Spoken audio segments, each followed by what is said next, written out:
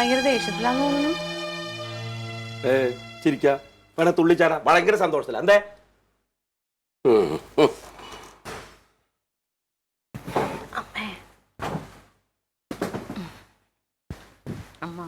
വേണ്ട, അതെ ഒന്നും വേണ്ട, പോയിക്കാണെന്ന്. അമ്മാവ ക്ലീറ്റോ പറയണതിൽ കാര്യമില്ല അമ്മാവ. അമ്മാവനൊന്ന് ആലോചിച്ച് നോക്കിയേ. ഞാൻ ക്ലീറ്റോന്റെ ഭാര്യയല്ലേ, അപ്പൊ ക്ലീറ്റോനോട് എനിക്ക് അതിൽ നിന്ന് പിന്മാറാൻ പറയാൻ പറ്റും. ആരാ പറഞ്ഞു എന്നോട് പിന്മാറാൻ പറയാൻ പറഞ്ഞു? ഞാൻ നീ പിന്മാറാൻ പറയണ്ട, അവൻ ഇറങ്ങട്ടെ, അവൻ കച്ചവടം ചെയ്യട്ടെ, ആ കച്ചവടം ഞാൻ പൊളിക്കും. അഴകേശനാ പറയുന്നു. അങ്ങനെ ചെയ്യല്ലേ അമ്മാവ, പാവല്ലേ ക്ലീറ്റോ. രാഷ്ട്രീയത്തിലൊക്കെ പ്രമുഖമായിട്ടുള്ള ആ സ്ഥാനമൊക്കെ ചെയ്യണ ആളാണ്. അപ്പോൾ എവിടെയെങ്കിലും നാണം കിട്ടുപോകുമ്പോൾ അത് മോശമല്ലേ അമ്മാവ? ഒരു കാര്യം ചെയ്യുമ്പോഴേ നന്മയുള്ള കാര്യങ്ങൾ ചെയ്യണം. അവൻ എല്ലാം ഏടകൂടത്തിലേ ചെന്ന് ചാടുള്ളൂ.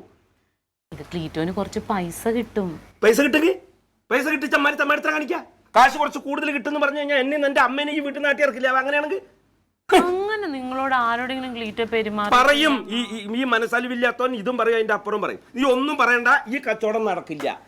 അങ്ങനെ പറയല്ലേ അമ്മാവ. അമ്മാവൻ എന്തിനാ എല്ലാവർക്കും വേണ്ടിട്ട് ഇത്രയും ചൂടാവണ എന്തിനാ? എല്ലാവർക്കും വേണ്ടിട്ടാ. ഒരാഴ്ച മുമ്പ് ഞാൻ ആ സ്ത്രീനെ പരിചയപ്പെട്ടിരുന്നെങ്കിലേ നീ ആ സ്ത്രീനെ അമ്മായിന്ന് വിളിച്ചാനെന്ന്.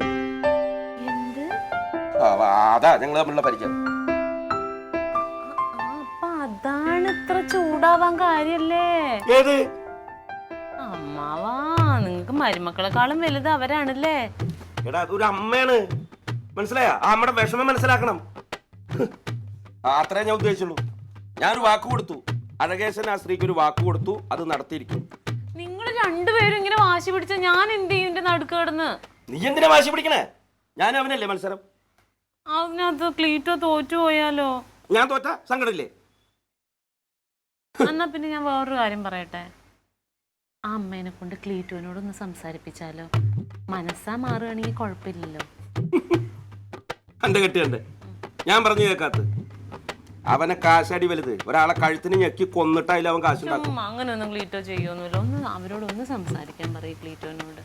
ഞാൻ എന്റെ ക്ലീറ്റോന്റെ പോലെയല്ല, നല്ല കാര്യങ്ങൾ ആര് പറഞ്ഞാലും ഞാൻ കേൾക്കും. നീ പറഞ്ഞ സ്ഥിതിക്ക് ഞാൻ ആ സ്ത്രീയോട് ക്ലീറ്റോനോടൊന്ന് സംസാരിക്കാൻ പറയാം. എന്നിട്ട് അവൻ പിന്മാറിയില്ലെങ്കിൽ, അഴകേശനെങ്ങാനും തോറ്റാൽ പിന്നെ ഈ ഭൂമിയിൽ ഞാൻ ജീവിച്ചിരിക്കില്ല.